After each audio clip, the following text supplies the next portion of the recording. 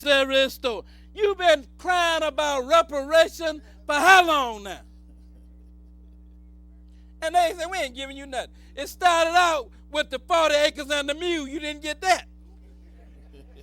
Now you done come up with all kind of petitions, running up and down the street, talking about reparation. Man, get away from me from reparation. You ain't getting nothing. Ain't nobody said restore.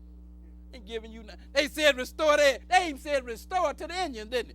You know, we came here. They call them Native Americans now. They was already here. We did take their land. So now we going to restore. We going to give them some reservations and some money so they can open up some gambling casinos.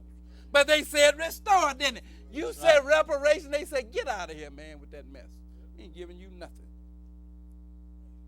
There you sit, Israel. Where are we? What verse are we? Verse 23. Go ahead and read.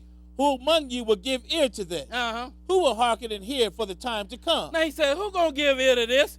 And who going to hearken and hear for the time to come? Lord going to let you know who did this thing to you. Go ahead and read on. Who gave Jacob for a spoil? Now who gave Jacob for the spoil? Go ahead and read on. And Israel to the robbers. And Israel to the robbers. Go ahead and read. Did not the Lord? Did not the Lord do that? Yes, he did. Why did he do that? Go ahead and read. He against whom we have sinned. He against whom we have sinned. Go ahead and read. For they will not walk in his ways. Neither were they obedient unto his law. Neither were they obedient unto his law. That's why he gave them to the spoil. That's why somebody always looking to beat you out of something. You ain't got nothing, but we want that. You got $2. I'm trying to figure out how I can beat you out them too. Always being spoiled. Why?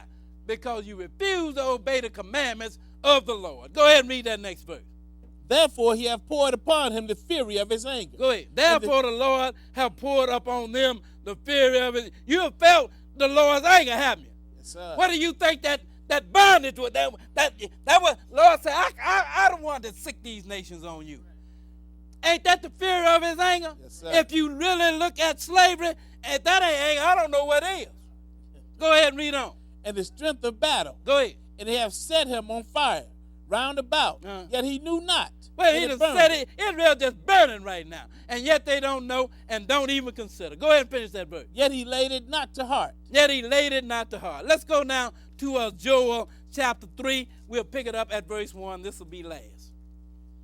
Joel chapter 3, and we'll begin reading at verse 1. Joel 3 and 1. 3 and 1.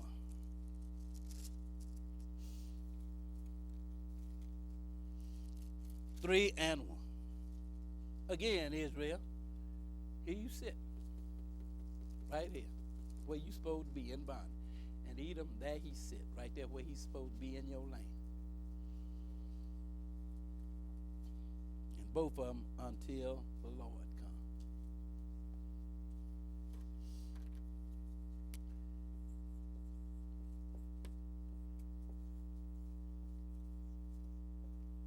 Go ahead. 1, verse 1. Go ahead. For behold, in those days, and in that time. Now he's going to gather Israel back, didn't he? He said, behold, in those days and at that time. Go ahead and read on. When I shall bring again the captivity of Judah and Jerusalem. In other words, when I bring them back from captivity. This is what, go ahead and read. I will also gather all nations, and will bring them down into the valley of Jehoshaphat. Now he said, at that same time, I'm going to gather all nations, and I'm going to bring them down into the valley of Jehoshaphat. That didn't happen in 1948, did it? No, sir. You know why? Because that wasn't Israel. That's right. Teach on. So now, he said, in those days and at that time, I'm going to gather all nations, and I'm going to bring them down into the valley of Jehoshaphat. Go ahead and read on. And would plead with them there for my people. And I'm going to plead with them there for my people. This is end time stuff that we're reading about here. Go ahead and read on. And for my heritage Israel. And for my heritage Israel. Go ahead and read. Whom they have scattered among the nations. And parted my land. Whom they have scattered among the nations, and they have parted my land. You have been scattered among the nations, and your land is parted. We read some of the people that's had hands on it, yes, since you got kicked out in 70 AD, and it's still parted because you still got Edom and Ishmael fighting over it. Go ahead and read on. And they have cast lots for my people. Wait a minute, he say they done cast lots for my people. Go ahead and read on. And have given a boy for an harlot. Go ahead. And sold a girl for wine, that they might drink. See what it said? They have given a boy for a harlot and sold a girl for wine, that they might. You know who this is. Yes, sir. You was a commodity, Israel, a medium of exchange. I ain't got no money, but I got this nice little slave boy here. Can I get a jug of wine for him? Yes, you can. You know who this is. It ain't hard to figure out who this is. Right away, when somebody brought me and started showing me this stuff, right away I knew we was Israel. I said, this don't fit nobody but us. You can't find nobody else that this fits. Nobody on the planet. Nobody. The color, you got the right color. The conditions that the Lord said Israel would be under, you got that. What is it that you don't have? Everything. Everything fits you. So yes, you are the Israel and Israelite, and the Israelites are a dark-skinned race of people. Now he said in that day and at that time, I will gather all nations, bring them down into the valley of Jehoshaphat, and I'm going to plead with my people, for my people Israel. There, verse 9. Go ahead and read. Proclaim ye this among the Gentiles. Go ahead. Prepare war. Wake up the mighty men. Go ahead. Let all the men of war draw near. Let them come up. Now, because the Lord said at this time, this is when he's going to gather Israel, didn't he? Yes, sir. So now, why do you think the nations are arming themselves right now? All of the nations are arming themselves. You know, even little bitty nations, they arming themselves. They ain't got much bigger than a 22. But they armed with that. I'm coming in with that. Because every nation is arming themselves, isn't it? Yes, sir. Doing exactly what the Lord said do just before he gathered Israel, or at the time when he gathered Israel. Go ahead and read that next verse. Beat your plowshares into swords, and your pruning hooks into spears. Go ahead. Let the weak say, I am strong. Isn't that what the nations are doing? Aren't they arming themselves? Yes, they ain't concerned about feeding nobody.